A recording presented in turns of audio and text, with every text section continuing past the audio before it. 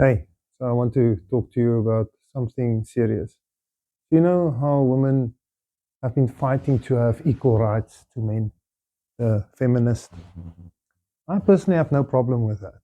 If a lady wants to be a boilermaker and weld for a living and every so often want to experience archives or want to be a diesel mechanic and swing some wrenches and let her skin start smelling like diesel, no matter how many times she showers but can't get rid of the diesel smell, then so be it.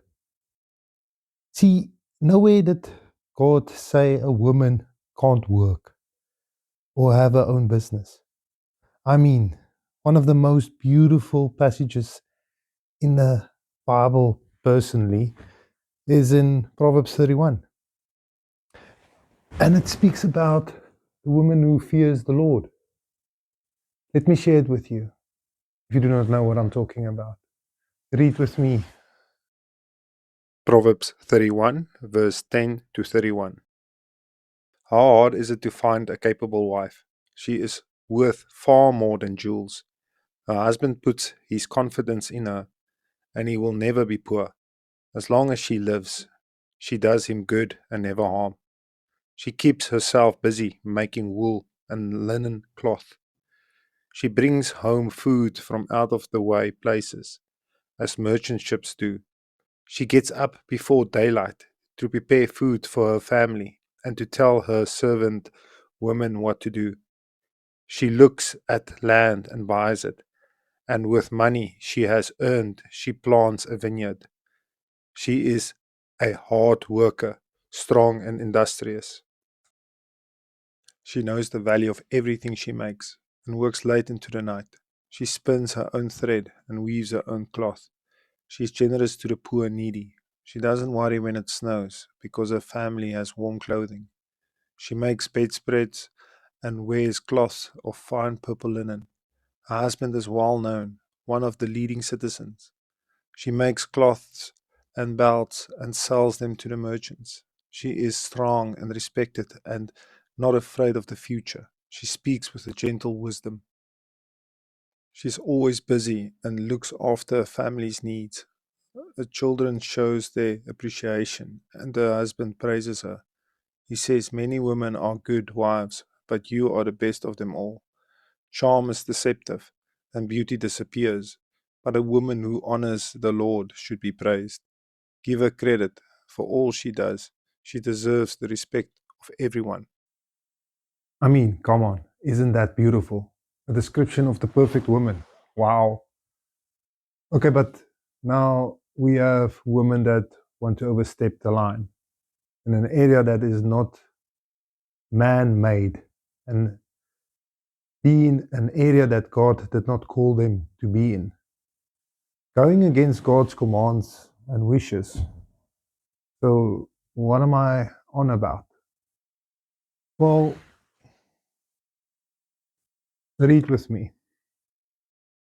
1 Corinthians 14, verse 34 to 38.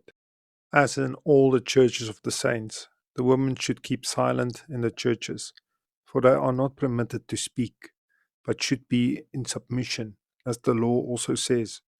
If there is anything they desire to learn, let them ask their husbands at home, for it is shameful for a woman to speak in church. Or was it from you that the word of God came? Or are you the only ones it has reached? If anyone thinks that he is a prophet or spiritual, he should acknowledge that the things I'm writing to you are a command of the Lord. If anyone does not recognize this, he is not recognized.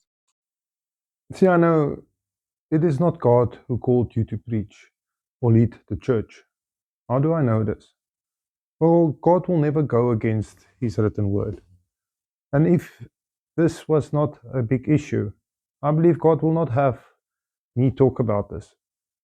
See, as Christians, we know or should know that God will give us confirmation on a word you believe God gave you. So, on that note, I want to take to the second passage. Read with me. 1 Timothy 2, verse 9 to 14.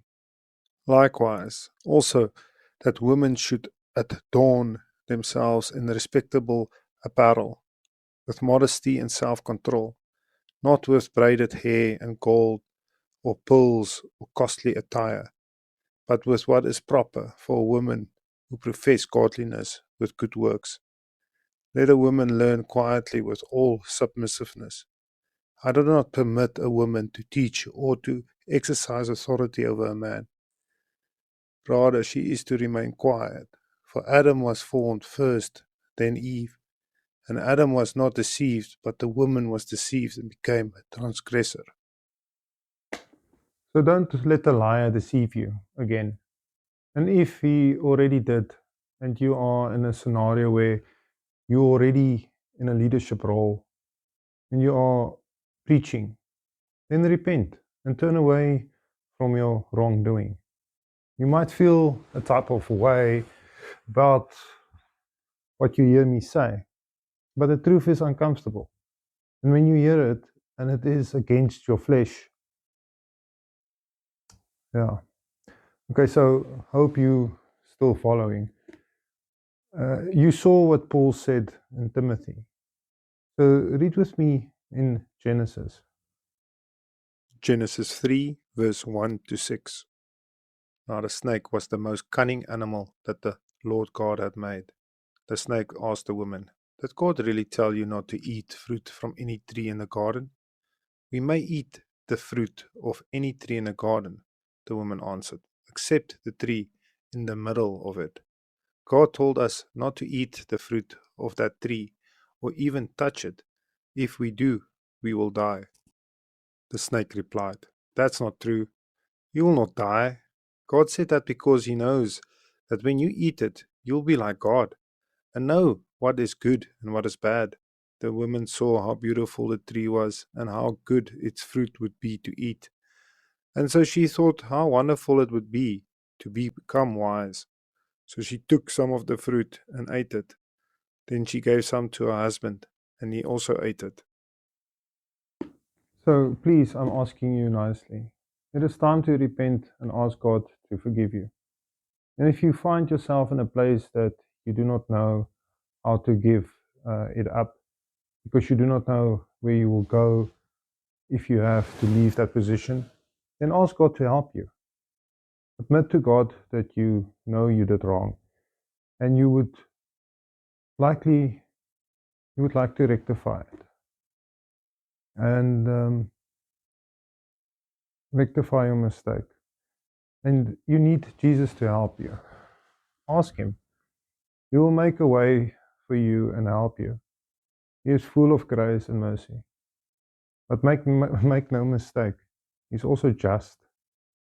You do not want to end up one day standing at the judgment seat and you have to hear these words from Jesus' mouth saying to you, Matthew 7, verse 21 to 23.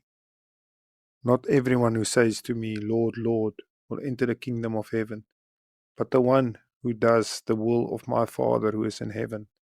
On that day many will say to me, Lord, Lord, did we not prophesy in your name, and cast out demons in your name, and do many mighty works in your name?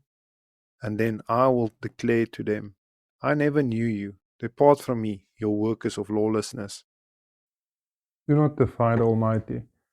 Life is short on earth compared to afterlife, eternity. And your eternity is based on your free will decisions you make here on earth. Why would a woman want to have the responsibility of a church anyway? Do you not know what the scriptures, what Jesus says about preachers? In James 3, verse 1, he says, Not many of you should become teachers, my brothers, for you know that we who teach will be judged with greater strictness.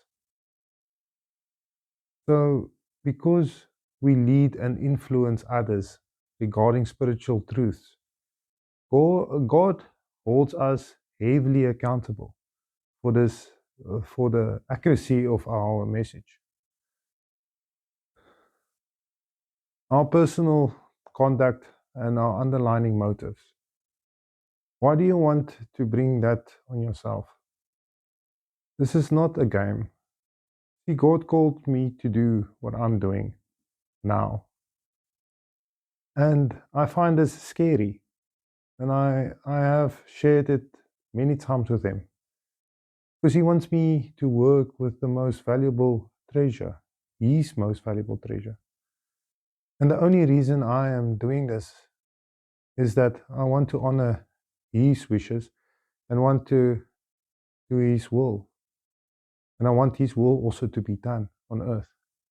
But you are free from this responsibility. So be glad and honor God in His choice and the things He placed in order. God created you to be a woman and to conduct yourself in a specific way, to honor God. Read with me. 1 Peter 3, verse 3 to 6.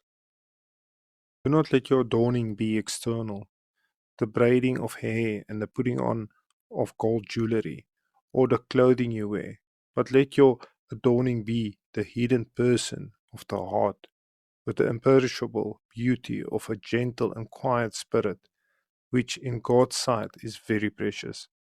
For this is how the holy women who hoped in God used to adorn themselves, by submitting to their own husbands, as Sarah obeyed Abraham, calling him Lord, and you are her children, if you do good and do not fear anything that is frightening. And this comes from Peter, the one that Jesus said, I will build my church on. God has reasons for doing what He does and placing things in specific orders. Think about it for a minute. Jesus came as a man to earth, not a woman. And God is very intentional about everything He does. The Bible teaches us that the correct order is Christ over husband, husband over wife, wife over children. And a man teacher or preacher is head of over the physical church. And that is a reflection of Christ as the head of the spiritual church. There is an order in how things are done. And the God Christians serve is a God of order. He always brings chaos back into order. I have shared 4 different passages with you that speak about this matter. So, if you claim to have ears, then listen, and have eyes, then see. How can you say you have faith in God, but then don't want to follow His commandments?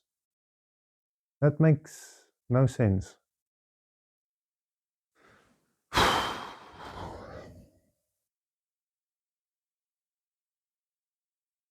If you say you love God, then it will be known by your actions. Just subscribe and like if you agree with this message, and share this message with someone who needs to hear this.